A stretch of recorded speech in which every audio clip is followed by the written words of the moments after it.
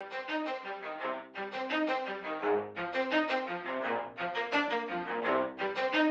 ready? Let's go. Yeah. For those of you that want to know what we're all about, it's like this, y'all. This is 10% luck, 20% skill, 15% concentrated power of will, 5% pleasure, 50% pain, and 100% reason to remember the name. He doesn't need his name up in lights, he just wants to be heard, whether it's the beat of the mic. He feels so unlike everybody else, alone, in spite of the fact that some people still think that they know him, but fuck him, he knows the code. It's not about the salary, it's all about reality and making some noise, making a story, making sure his click stays up. That means when he puts it down, Tox picking it up. Let's go. Who the hell is he anyway? He never really talks much, never concerned with status, but still leaving him starstruck. Humble through opportunities given despite the fact that many misjudge him because he makes a living from writing raps. Put it together himself, got a picture connects, never asking for someone's help or to get some respect. He's only focused on what he wrote. His will is beyond reach, and now it all unfolds. The skill of an artist. This is 20% skill, 80% fear, be 100% clear, cause Ryu was ill. Who would have thought he'd be the one that set the West? Καλησπέρα, αγαπητά ποντικάκια του RAT FM, αγαπητοί ακροατές του ραδιοφωνικού σταθμού των φοιτητών Τελμεπάχανίων. Πάντα σε στήριξη με την ιστοσελίδα των άμπαλων ratfm.hmu.gr και www.weeble.com. Μας ακούτε και συντονίζεστε στο ίντερνετ. Να πούμε ότι μπορείτε να μας πάρετε τηλέφωνο 28211-23087. Νίκο Τζουγκαράκη στο μικρόφωνο, αφιερώματα, τελευταία εκπομπή της σεζόν. Και απόψε θα αναπολύσουμε έναν τελικό και έναν άνθρωπο ο οποίος έγινε ο ήρωας του Όφη, μιας και αύριο στις 17 Μαΐου, το πολυπόστο παιχνίδι μετά από τόσα χρόνια, Ολυμπιακός Όφη στο ΆΚΑ, ένας τελικός κυπέλλου που είχαμε χρόνια να δούμε.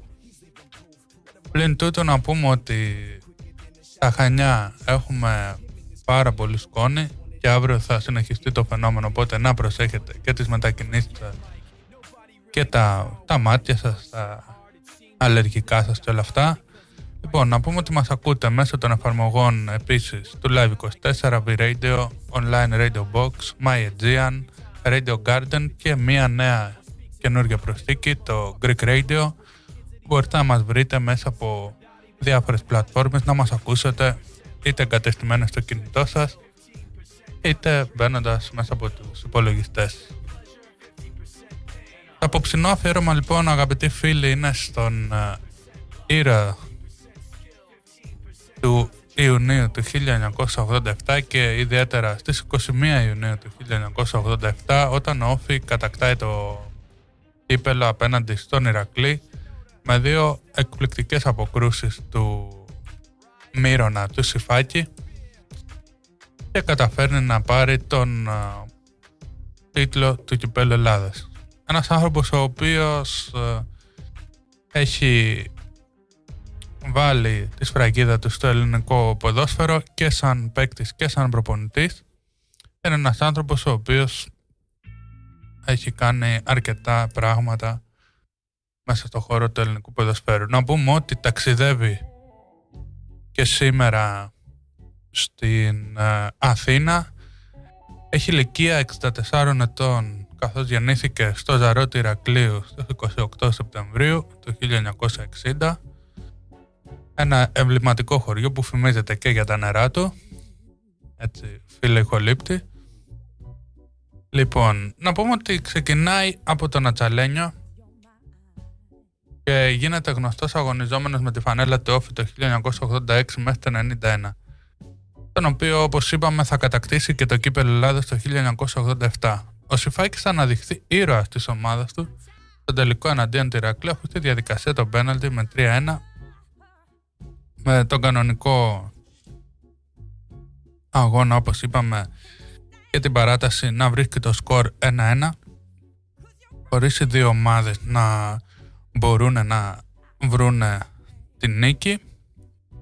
αποκρούσει τα χτυπήματα του Ζίβκα και του Αδάμου. Δύο παίκτες στον Ηρακλή που, όσοι γνωρίζετε αυτή την θρυλική δεκαετία, έτσι, του 90, είχε μέσα φοβερούς παίκτες, και ο Αδάμος και ο Ζίβκας ήταν δύο παίκτες οι οποίοι ήταν φωνικοί.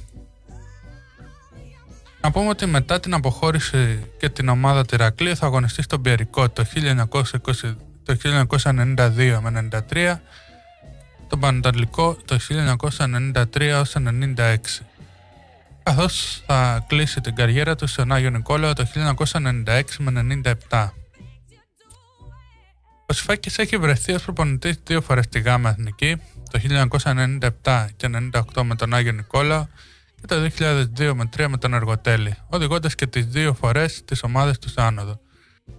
Με την ομάδα του Λασιθίου σαν προπονητής θα ξεκινήσει την καριέρα του και αμέσως μόλις σταματήσει να αγωνίζεται από την ενεργό δράση. Σε 2,5 χρόνια θα ανέβει και θα καθιερώσει τον Άγιο Νικόλαο στη Β' Εθνική, καθώς παραιτήθηκε τον Δεκέμβριο του 1999. Ακολουθήσει ο Αργοτέλης, με τον οποίο πανηγύρισε ανόδους από τον Περιφερειακό μέχρι την Πρώτη Εθνική. Ο υποβιβασμός της ομάδας τον απομάκρυνε τον Απρίλιο του 2005 και τον αντικατέστησε και ένας πρώην παίκτης, ο Μανώλης Πατεμτζής, όπως είχε γίνει και στον Άγιο Νικόλαο με τον Γρηγόρη Τσινό. Πάμε να δούμε λίγο τις συμμετοχές του. Από το 1986 μέχρι το 1991 που αγωνίζεται με τον Όφη θα συμπληρώσει 25 συμμετοχές. Φυσικά δεν έχει κάποιο γκολ, όπως προείπαμε έπαιζε στη θέση του τερματοφύλακα.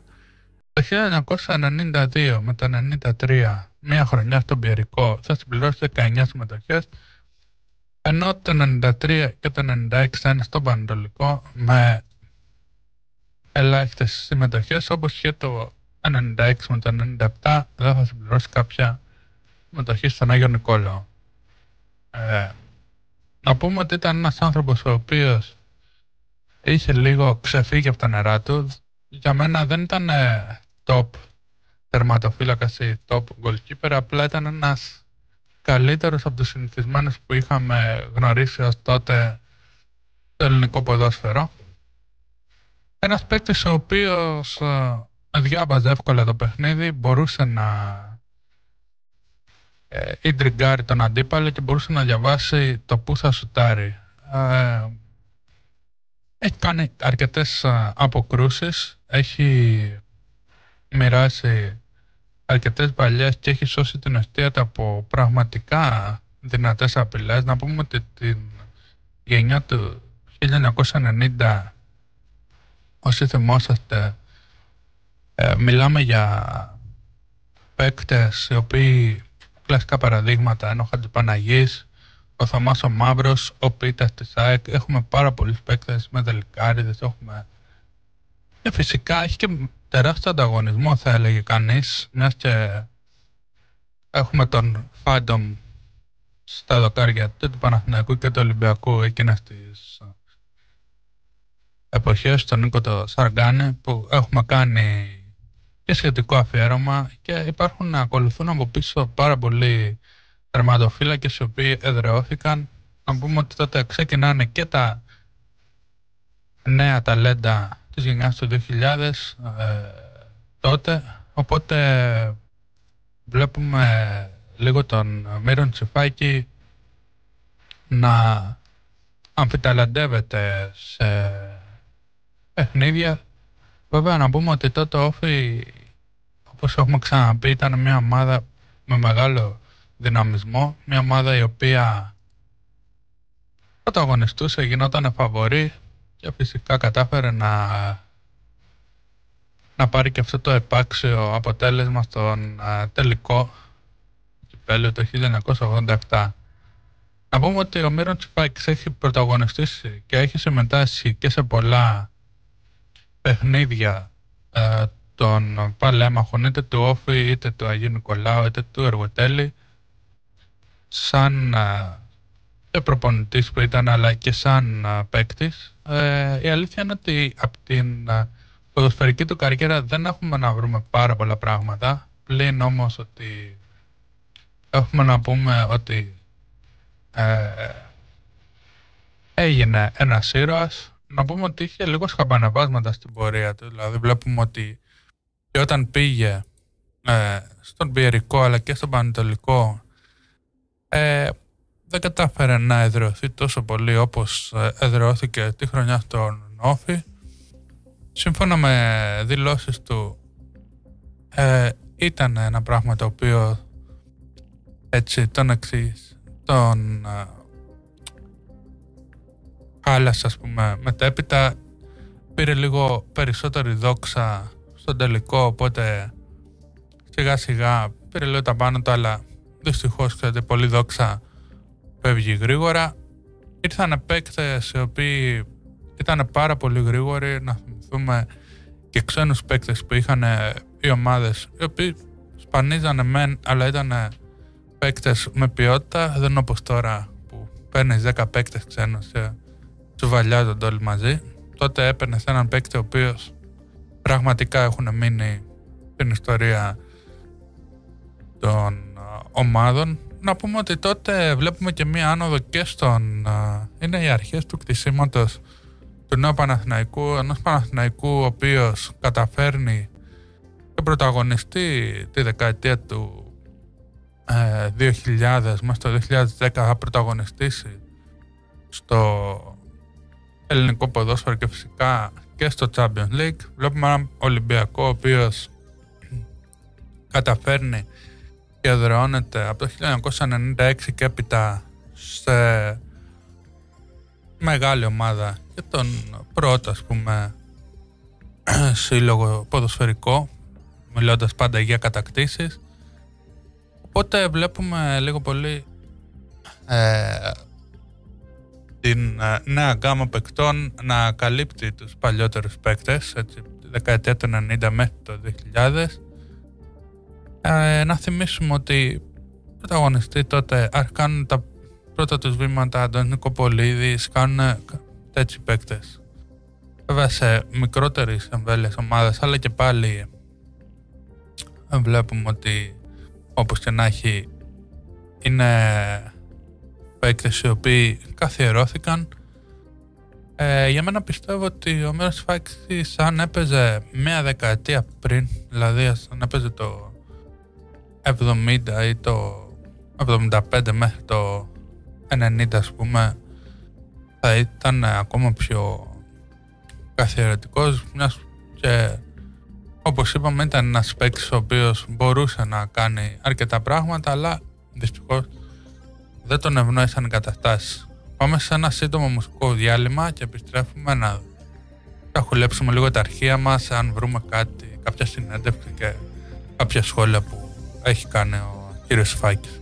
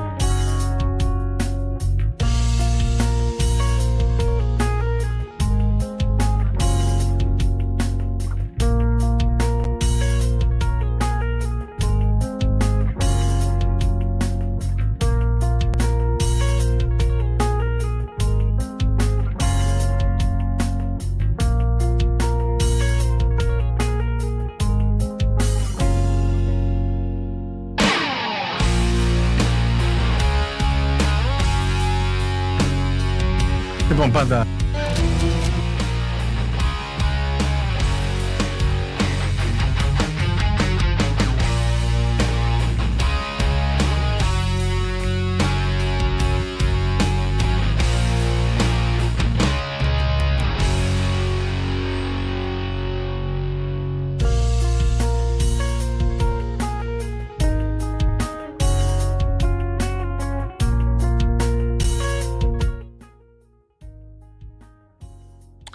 Λοιπόν, επιστρέψαμε και έχουμε μία συνέντευξη πολύ πρόσφατη στο Ράδιο Κρήτη που θα μιλήσει ο κ. Φάκης για τον τελικό, πώς βλέπει λοιπόν τον τελικό του 2025, καθώς θα πει και 5 πράγματα για το 87 και το 90 που βρέθηκε σε τελικούς. Οπότε πάμε να τον ακούσουμε. Είναι έτσι, θα έλεγα, μια μακράς διαρκές, έτσι, γύρω στα 10 λεπτά θα διαρκέσει η συνέντευξη, αλλά νομίζω ότι χρειάζεται να ακούσουμε και από την πλευρά του τα σχόλια και του τωρινού τελικού, αλλά και των τότε χρόνων. Πάμε να τον ακούσουμε και επιστρέφουμε σε πολύ λίγο. Λοιπόν, πάντα η εκπομπή είναι αφιερωμένη στον αυριανό τελικό του κύπελλου του Ολυμπιακού και πάμε σε έναν άνθρωπο που έχει κατακτήσει το κύπελλο του με τον Όφη το 87, ήταν ο πρωταγωνιστής, ήταν στην ομάδα του 90 που πήγε τελικό και θα είναι και αύριο στο Ολυμπιακό στάδιο, στον τελικό του Όφη με τον Ολυμπιακό. Είναι ο Μύρον Σιφάκης. Μύρο, καταρχήν ευχαριστώ πάρα πολύ για την αποδοχή της πρόσκλησης. Καλό μεσημέρι, Στέλιο. Σε βρίσκουμε στην Αθήνα, έτσι. Και στους ακροατές σου. Είσαι τυχερός. Είσαι τυχερός, το να ίσα-ίσα. Ήταν ταλαιπωρία το ταξίδι, αλλά... Εντάξει, δεν το έλεγα ταλαιπωρία. Όταν πας γιορτή δεν είναι ταλαιπωρία. Επειδή είχατε μια καθυστέρηση περίπου 2 ώρες, αλλά τέλος καλό όλα καλά. Η ομάδα έφτασε κανονικά. Καλό όλα καλά.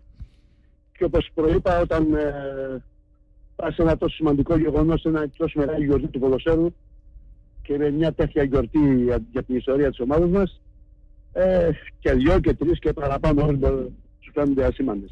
Πόσο αγωνία έχεις, Μύρο, για τον αυριανό αγώνα, γιατί είναι ένας τελικός κυπέλλου, ένα πολύ σημαντικό παιχνίδι. Εσύ έχεις φτάσει στην κατάκτηση, ήσουν ο πρωταγωνιστής του 87. Τώρα από ένα άλλο ρόλο, περισσότερο του ανθρώπου που αγαπά την ομάδα, έτσι, πόσο αγωνιάς για το αυριανό παιχνίδι?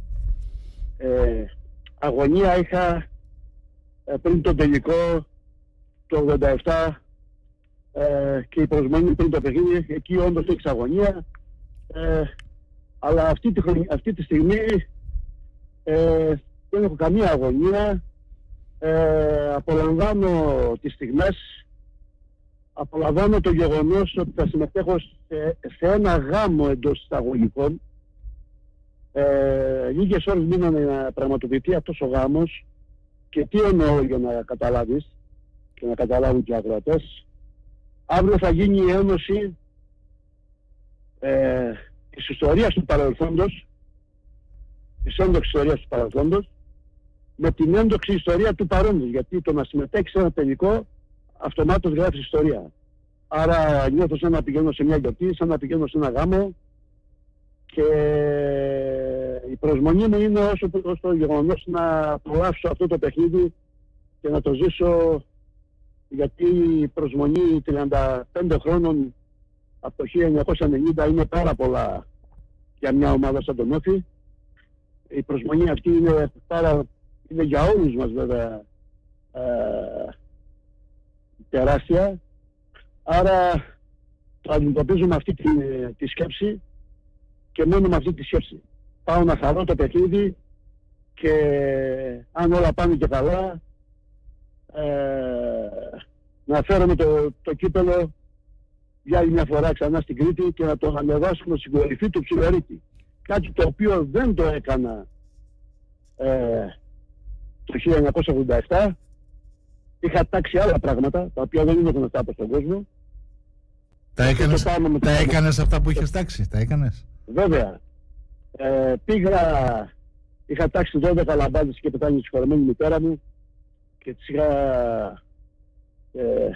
της είχα υποσχεθεί ότι αν κατακτήσουμε το κύπελλο, ήταν ένα αγαπημένο της εκεί της Χερσόνησης όπου της άρεσε, και της πήγα 12 λαμπάδες τρέχοντας έως τη Χερσόνησο από το Ηράκλειο. Και έπεσα και μια συγκυρία, δεν ξέρω αν θυμάστε, το 87, αυτό τον καύσωνο, τον τεράστιο που έκανε. Τέλος πάντων, παρότι τις καιρικές συνθήκες δεν ήταν κατάλληλες, πραγματοποίησα αυτό το τάξιμο. Είχες περάσει τα πόδια λόγω της κατάκτησης του κυπέλλου, φαντάζομαι, Μύρο. Όχι, είμαι και καλός στο αερόβιο κομμάτι, Στέλιο. Ναι.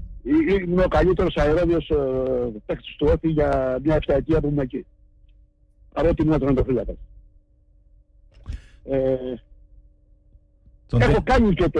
Έχω κάνει και το ανάλογο τάμα, αλλά θα το αποκαλύψω όταν κατακτήσουμε το κύπελλο. Πριν πάμε στο αυριανό παιχνίδι έτσι αγωνιστικά, τον τελικό του 90, πώς τον θυμάσαι? Με τον Ολυμπιακό πάλι, 17 Μαΐου. Το τελικό του 90, θα πω κι άλλο, πάλι κάτι το οποίο δεν το ξέρει ο πολλής κόσμος, δεν το ξέρουν καθόλου. Το τελικό του 90 δεν πήγα μαζί με την ομάδα. Είχα στεναχωρηθεί τόσο πολύ που ήμουν αυτός 16άδος, που παρέβηκα τον ιστορικό κανονισμό της ομάδας, πλήρωσα και 300 χιλιάρικα και δεν ακολούθησα την ομάδα πάνω. Βέβαια αυτό μας βολεύει, γιατί σε όποιο τελικό πήγα, αν το ένα πήγες, το κατέχτηκες, οπότε θα το συνδυάσω. Αυτό η αλήθεια είναι ότι δεν το γνώριζα και νομίζω ότι πολλοί κόσμος δεν το γνωρίζει. Κανείς δεν το γνώριζε. Αυτά τώρα είσαι τυχερός, τώρα μου ήρθαν τώρα στο μυαλό και στα είπα. Πολλοί κόσμος δεν το ήξερε. Οπότε πας για το 2 στα 2. Πάω για 2 στα 2. Οπότε το θεωρήσουμε πολύ σημαντικό για αυτό το γεγονός. Έτσι. Αγωνιστικά, ο Ολυμπιακός είναι το φαβορί. Ο φετινός Όφη μπορεί να κάνει την έκπληξη αύριο. Από τα λόγια που μου έχεις πει τώρα, πιστεύω ότι το πιστεύεις ακράδαντα ότι μπορεί να γίνει. Αν δεν το πίστευα, δεν έρχομαι να πάνω. Πρώτον είναι αυτό. Έτσι. Γίνεται πολλά πράγματα, πολλές συμπτώσεις που όλα συνηγορούν ότι κάτι εντυπωσιακό θα γίνει, αλλά να πάρουμε τα πράγματα με τη λογική. Εντάξει, λογικά ο Ολυμπιακός είναι το φαβορί. Αν πάρουμε το αντίστοιχο του 87 και το 87 ένα μικρό προβάδισμα λόγω Χατζηπαναγή, φαβορί ήταν ο Ηρακλής. Το έχει ο Ηρακλής τότε, ναι. Ναι. Εντάξει, άρα επίσης το γεγονός ότι ο θεσμός του κυπέλλου είναι ένας θεσμός εκπλήξεων. Δεν κερδίζει πάντα το φαβορί. Οπότε και από αυτή την πλευρά η αίσθησή μου είναι ότι κάτι θα γίνει στο αυριανό παιχνίδι. Και επίσης είναι σημαντικό, δεν ξέρω, θα ήθελα να το σχολιάσεις, είναι σημαντικό που έχουμε ξένο διαιτητή και κορυφαίο ξένο διαιτητή. Βέβαια. Αυτό είναι το πιο σημαντικό απ' όλα. Μάλλον δεν είναι το πιο σημαντικό απ' όλα, είναι σημαντικό αυτό. Το πιο σημαντικό απ' όλα είναι ότι θα έχουμε πάρα πολύ κόσμο στο γήπεδο, κριτικούς. Κάτι που δεν είχαμε τον Ολυμπιακό. Κάτι που είχαμε τον Ηρακλή. Οπότε νομίζω να παίξει καθοριστικό ρόλο η παρουσία του κόσμου. Αν έχει καταλάβει για να μπει τόσο πολλοί κόσμος πάνω, είναι ένας συνδυασμός πραγμάτων. Είναι η προσμονή τόσων χρόνων, αλλά ταυτόχρονα, εάν δεν πιστεύουν όλοι αυτοί οι άνθρωποι ότι αυτή η ομάδα του Όφη θα μπορούσε να διεκδικήσει το κύπελλο, δεν νομίζω να ερχόταν τόσο πολύ πάνω. Άρα μέσα μας όλοι πιστεύουμε σε αυτό, πιστεύουμε ότι θα γίνει αυτό. Έχει ο Όφη αυτή τη στιγμή την ομάδα που όταν βρεθεί σε καλή μέρα μπορεί να κερδίσει οποιοδήποτε αντίπαλο. Αυτό το έχει δείξει και στην πράξη τη χρονιά που πέρασε. Ναι, και με τον Ολυμπιακό έκανε καλό παιχνίδι. Το τελευταίο παιχνίδι στο Καραϊσκάκι. Και έπαιζε και Έλληνας διαιτητής. Ναι. Αυτό που το βάζει. Ναι. Τώρα δεν θα παίζει. Τέλος πάντων είμαι πολύ αισιόδοξος, αλλά για να είμαστε και ρεαλιστές, ό,τι και να γίνει, εγώ θα χαρώ το παιχνίδι. Ό,τι και να γίνει, ο Όφη έχει γράψει ιστορία. Ό,τι και να γίνει, ο Όφη δείχνει να επανέρχεται στις παλιές ένδοξες στιγμές του. Σε αυτά όλα συνηγορούν η ηγετική φυσιογνωμία του κ. Μπουσί, ο οποίος και άλλη σύμπτωση είναι κάτι, νομίζω ότι είναι ο αντάξιος αντικαταστάτης, δεν θα το έλεγα, συνεχιστής του αείμνης του Θόδωρου Βαρδινογιάννη. Και αν θυμάστε καλά, και ο Θόδωρος Βαρδινογιάννης στον ερχομό του Όφη χρειάστηκε αρκετά χρόνια για να πετύχει να κατακτήσουμε το κύπελλο, δηλαδή να γίνει κάτι πολύ σημαντικό για την ιστορία του Όφη. Ναι, κάτι αντίστοιχο συμβαίνει και τώρα. Ναι. Άρα αν πάμε με τις συμπτώσεις, αν πάμε με την επιθυμία, αν πάμε με την πίστη που πρέπει να έχουν οι παίχτες μας και ο προπονητής μας, που το είδα στα μάτια τους ότι γυαλίζουν τα μάτια, ήταν η επόμενη ερώτηση. Γυαλίζουν. Έβλεπα και γυαλίζαν τα μάτια τους. Εξάλλου δεν έχουν κάτι να χάσουν, μόνο κέρδους έχουν. Ναι, αυτό είναι. Ήδη έχουν γραφτεί τα ονόματά τους στη σύγχρονη ιστορία των άλλων. Σημασία έχει με τι γράμματα θα γραφτούν. Θα γραφτούν με τα χρυσά γράμματα του νικητή ή με τα αργυρά του ηττημένου. Αυτό απομένει κάποιες ώρες για να το δούμε και στην πράξη ότι θα συμβεί. Είναι σημαντικό επίσης για τον Όφη, για να μιλήσουμε έτσι καθαρά αγωνιστικά, να αποφύγει κάποιο γρήγορο γκολ στο ξεκίνημα ή να σκοράρει πρώτος, Μύρο. Σίγουρα αυτά παίζουν ένα καθοριστικό ρόλο, αλλά όλες οι ομάδες όταν πάνε να αγωνιστούν δεν θέλουν να δεχτούν ένα γρήγορο γκολ ή θέλουν να πετύχουν ένα γρήγορο γκολ. Σημασία θα παίξει αυτό, αλλά νομίζω ότι η μεγαλύτερη σημασία θα παίξει στις δύσκολες συνθήκες που θα συναντήσεις, αν σου παρουσιαστούν, το πώς θα ανταπεξέλθεις. Ναι. Δηλαδή, παραδείγματος χάρη, όταν δεχτήκαμε τον γκολ με τον Ηρακλή, ήθελα να ανοίξει και γίναμε καταρχήν. Παρ' όλα αυτά, πείσμωσα 100 φορές περισσότερο. Δεν φοβήθηκα σε καμία στιγμή του παιχνιδιού.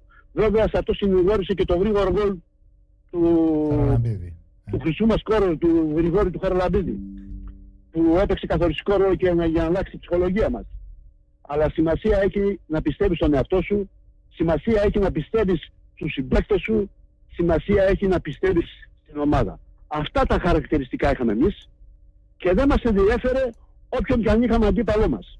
Νομίζω αυτά είναι τα χαρακτηριστικά που πρέπει να έχουν αύριο οι παίκτες μας, και αν τα έχουν αυτά και αν δώσουν την ψυχή τους και αν δώσουν το 100%, τουλάχιστον θα είμαστε όλοι ικανοποιημένοι, γιατί στο ποδόσφαιρο δεν είναι μόνο νίκες. Σίγουρα. Και σε ένα τέτοιο παιχνίδι ένας θα κερδίσει. Εύχομαι βέβαια να είμαστε εμείς. Και το πιστεύω μέσα. Αλλά όλα αυτά είναι θεωρία. Οι πράξεις αύριο της ομάδας μας θα καθορίσουν και τις τύχες μας. Μύρο, σε ευχαριστώ πολύ που τα είπαμε. Καλή επιτυχία στον Όφη. Να είναι γλυκό το ταξίδι της επιστροφής στο Ηράκλειο. Όπως και να είναι, θα είναι γλυκό, αλλά θα είναι φανταστικό με την κούτα στα χέρια μας. Λοιπόν, επιστρέψαμε σε μια εξομολόγηση φόλης ύλης του αγαπητού Μύρο Νασιφάκη και φυσικά η καρδιά του νησιού χτυπάει στην Αθήνα με πολλούς καλλιτέχνες. Να πούμε ότι θα ανοίξουν κιόλας καλλιτέχνες στο τελικό, καλλιτέχνες όπως ο Καλέτης με το Φασουλά, ο Γρηγόρης Σαμόλης. Θα έχουμε ένα φόλης της ύλης τελικό όπως το αξίζει. Νομίζω και ευελπιστώ να μην γίνουν και επεισόδια και να το απολαύσουμε όπως το αξίζει αυτόν τον τελικό, μιας και έχουμε και δυστυχώς την ιστορία να γίνονται αρκετά αιματηρά επεισόδια.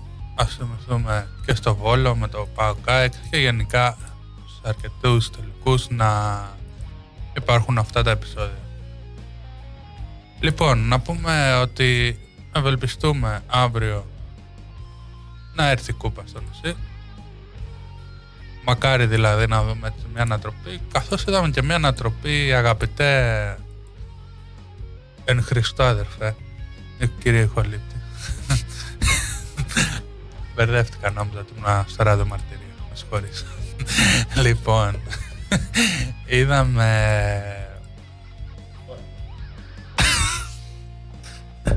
Εντάξει, μάλιστα. Λοιπόν, είδαμε την Πολόνια να παίρνει το κύπελλο μετά από τόσα χρόνια από τη Μίλαν με σκορ 1-0. Να συγχωρήσουμε και να ζητήσουμε συγγνώμη στα αυτάκια των ακροατών για τον ήχο που κάναμε. Δεν ήταν τίποτα. Βρήκε το χέρι μου στο μικρόφωνο. Θα κοπεί στο μοντάζ. Λοιπόν, αυτά και για τον ήρωα του τελικού κυπέλλου του 1987. Πάμε να ανεβούμε λίγο με το σύνθημα του Όφη, το οποίο είναι μια διασκευή από τα μαλαματένια λόγια. Ανάψαμε φωτιά και μεγαλώνε. Εμείς θα τα ξαναπούμε μάλλον κατά πάσα πιθανότητα του χρόνου. Δεν ξέρω αν είμαστε εδώ και αν επιτρέψουν οι συνθήκες να κάνουμε την ίδια εκπομπή.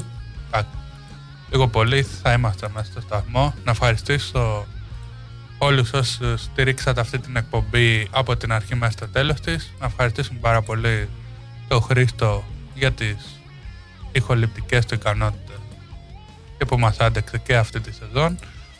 Λοιπόν, από όλους εμάς, καλό Σαββατοκύριακο, καλό βράδυ, να περάσετε όμορφα και ευχόμαστε τα καλύτερα και στον Όφη και στην Ελλάδα, που αύριο μετά τον τελικό κυπέλλου θα δούμε και την Eurovision. Καλό σας βράδυ. Λοιπόν, πάντα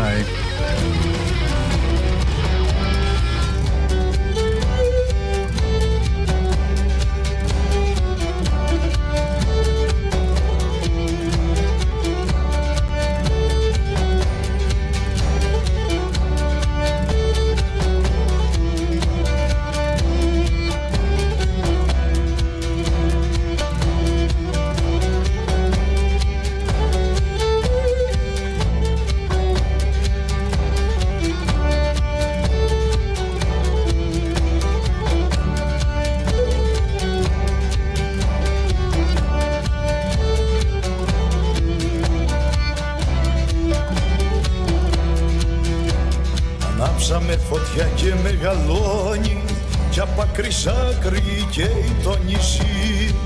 Γενιτσαρή κανένας δεν γλιτώνει, οι ομιλίτες είμαστε μαζί. Λατρεύουμε τον Όφη και την Κρήτη και το καμίνι τώρα ξαναζεί.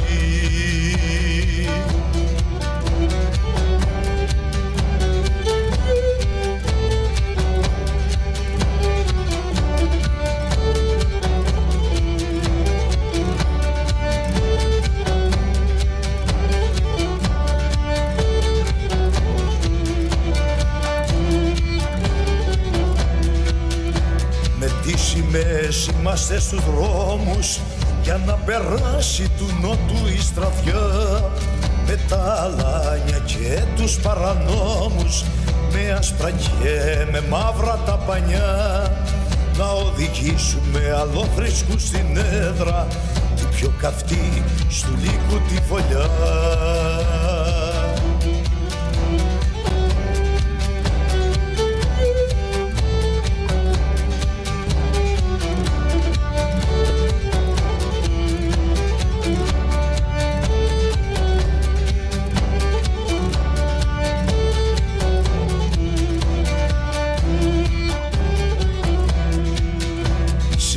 Μεγάλος γίνεται στην Κρήτη και η βοή του στο σύμπαν αντίχει. Γενιτσαρή χωθείτε μες στην Κρήτη, γονατιστεί και κάντε προσευχή, γιατί κανένας δεν θα σας γλιτώσει από του Όφη τη δίκαιη οργή.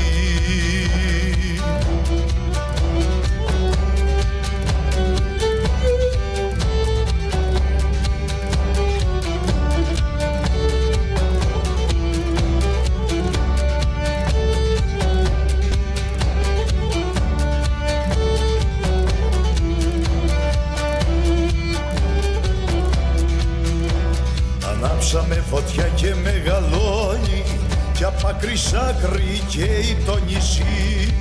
Γενιτσαρή κανένας δεν γλιτώνει, οι ομιλίτες είμαστε μαζί. λατρεύουμε τον Όφη και την Κρήτη και το καμίνι τώρα ξαναζεί.